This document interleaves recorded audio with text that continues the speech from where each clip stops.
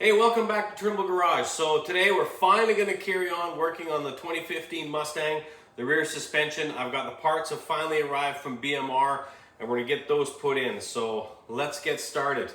So what I've ordered in from BMR are the rear toe links, and I'm replacing this bushing here with this nice heim joint, nice beefy heim joint. The one that I'm going to be putting in there, I've got it in the freezer. I got a couple of jigs made up that hopefully is going to help me press that bushing out and press the new one in. So that's the first thing we're going to do is press that bearing out, or bushing I should say. So what I've got here is like an anvil that's gonna, this rear suspension piece is gonna sit on it, just fits nicely over that. And this piece with the spigot is going to self-center and sits right over top of that bushing, and this will just press right through into the void or the pocket inside here. So I won't have to worry about it, jamming up on the bottom muffin. It's just going to press that right through. So let's give her.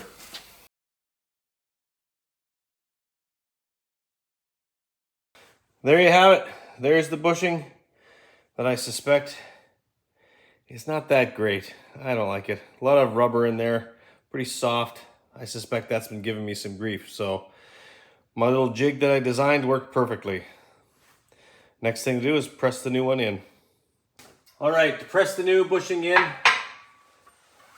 what I did is I just took a light sandpaper, 240 grit, and cleaned up the bore just a wee bit, and then coated some oil in it. I froze the bearing. It's frozen, which will shrink it a bit, which will help it to go in. And that should be enough to press this in. And you press this in until it's flush. And let's just get this started.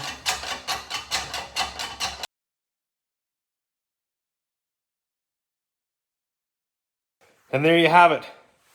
Pressed in. It's supposed to be flush, which I put that big flat plate on there to make sure that it was flush. So there we go. That way we got that one done. So I'm gonna go throw this one in the rear suspension, and then we'll pull the other one out and do the same thing.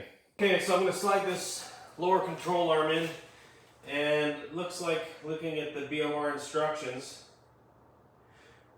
the rear bolt is 184 foot-pounds, and the front bolt is 166 foot-pounds.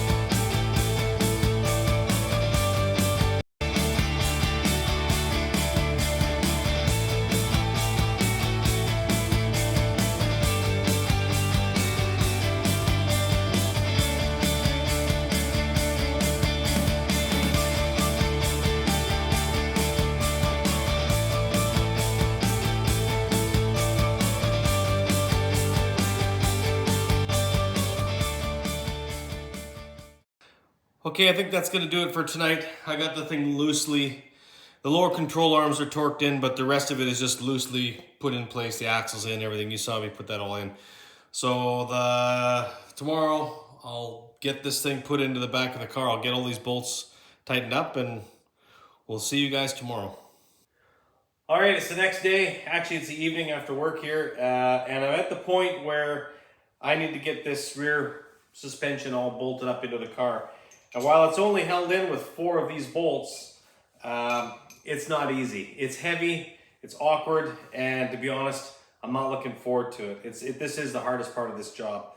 But you know what? It's not going to get done by staring at it, so let's get going. Okay, off camera, I actually went ahead and tightened up all the bolts. I haven't torqued them. I'll do that once this is installed. Remember that rubber cap that we put on the diff? Don't forget, you got to hook up that hose, that vent hose that's hanging there. I'll do that shortly. And I put it on dollies to just wheel it underneath. So now I'm going to try and balance it on a jack. I might use 2 and lift that up into place. Lastly, the new parts. Hold on a sec. These new parts, I will install them actually once that clip's installed, because it's going to be easier to put them in from underneath the bottom of the car. So I'll wait till it's bolted up and then I'll do that. All right, so basically what I've got is this sitting balanced on the floor jack. I'm just going to jack that up into place, hopefully, and slide those 4 bolts in. And just before I do that, I'm going to hook up that vent line. So let's get going.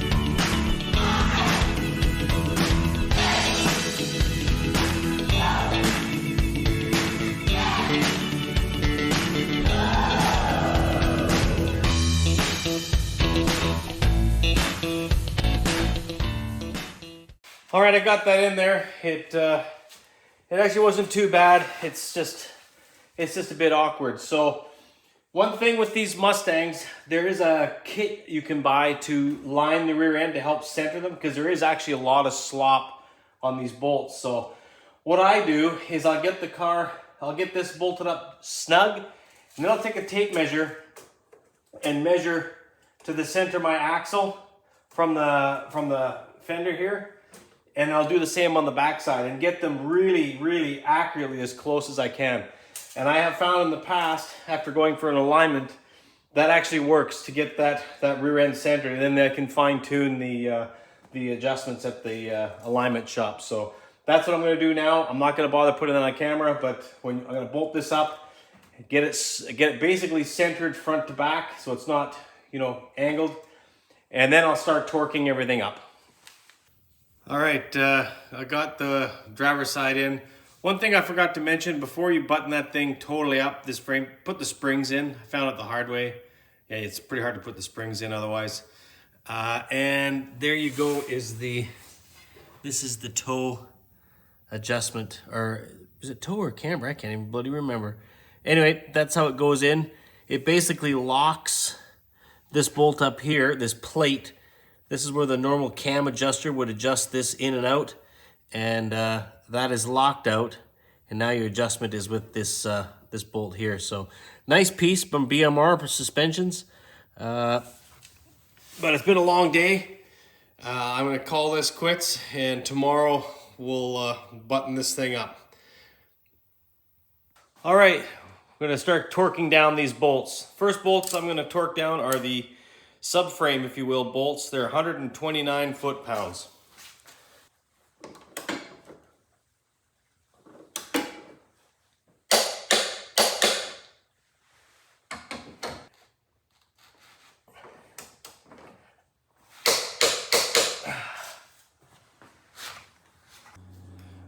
Next, I'll do the rear vertical link. The lower is 129 foot-pounds.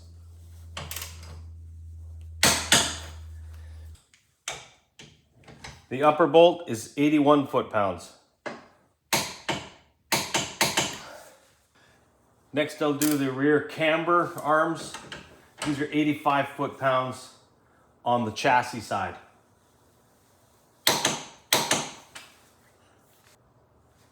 The inside bolt up inside is 76 foot-pounds. Both bolts for the toe adjustment bar are 129 foot-pounds. Next thing I'll do is put the ABS sensor wire in.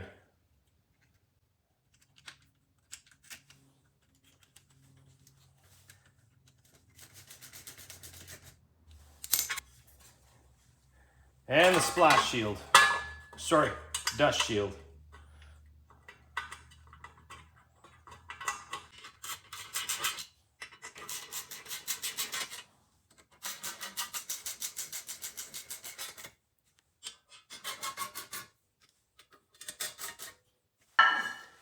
And the brake rotor. And the rear brake caliper bracket.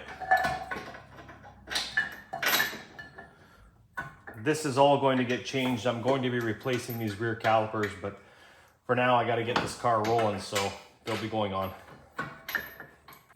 And install the brake pads and caliper.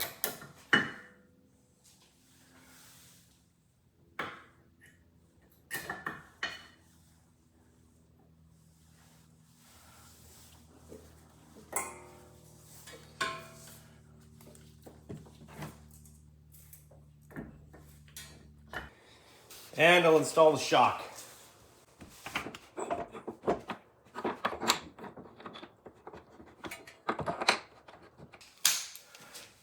Rear shocks are torqued to 66 foot-pounds on the upper bolts.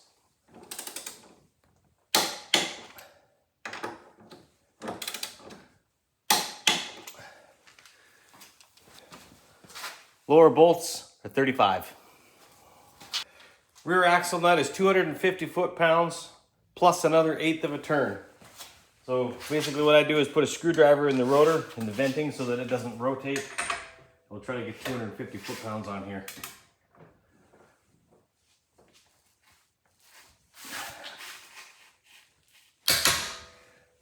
I don't know how I'm going to get another 1/8 turn, but see what we can do.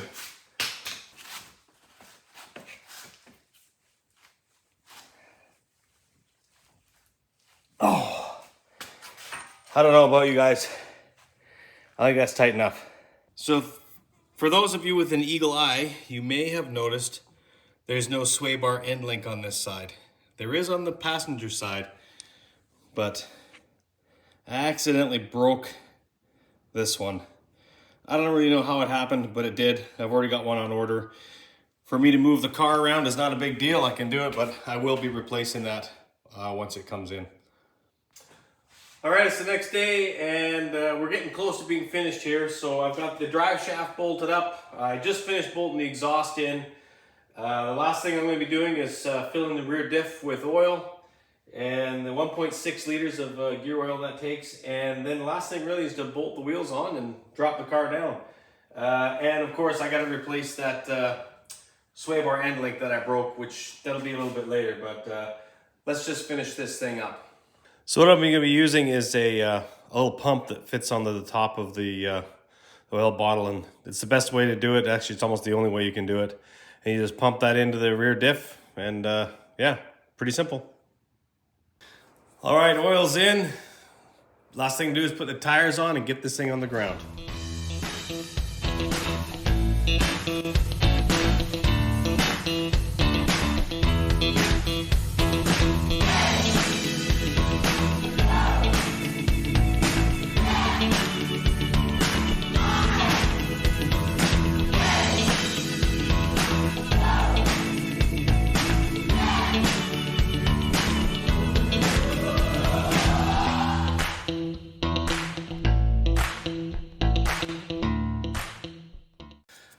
Okay, there you have it. Wheels are torqued to 148 foot-pounds. And that's it. Next thing is a tire alignment. But for now, how about a cold start? Everybody likes a cold start.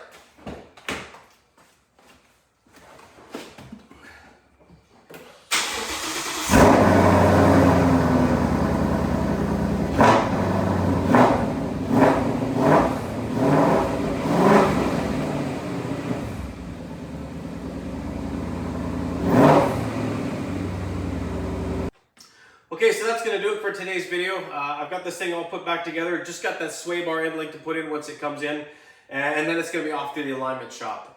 Unfortunately, that's going to take some time. It's winter here, and this car won't be going back on the road until probably April, maybe May. So we're going to have to wait and see if this actually made a difference. I'm pretty sure it will. I couldn't really find any obvious problems. One thing I did find when I was doing some reading was it could actually have been my toe alignment had been knocked off a little bit, which would definitely cause my rear end to track strange. So I may have actually wasted my time. It could have been just an alignment, but to be honest, I'm happy to replace that bushing with that big hind joint and make that adjustable toe bar in there. It'll make a big difference. Easier to adjust, that's for sure. So yeah, so big road trip coming. Might involve some flying to a location. If you like cars, you're going to want to see it. It's epic. It's going to be coming up real soon here in 3 days. And yeah, that's it for now. Thanks for watching. Comments and thoughts below. I really appreciate to hear those things. And yeah, thanks a lot and have a nice day.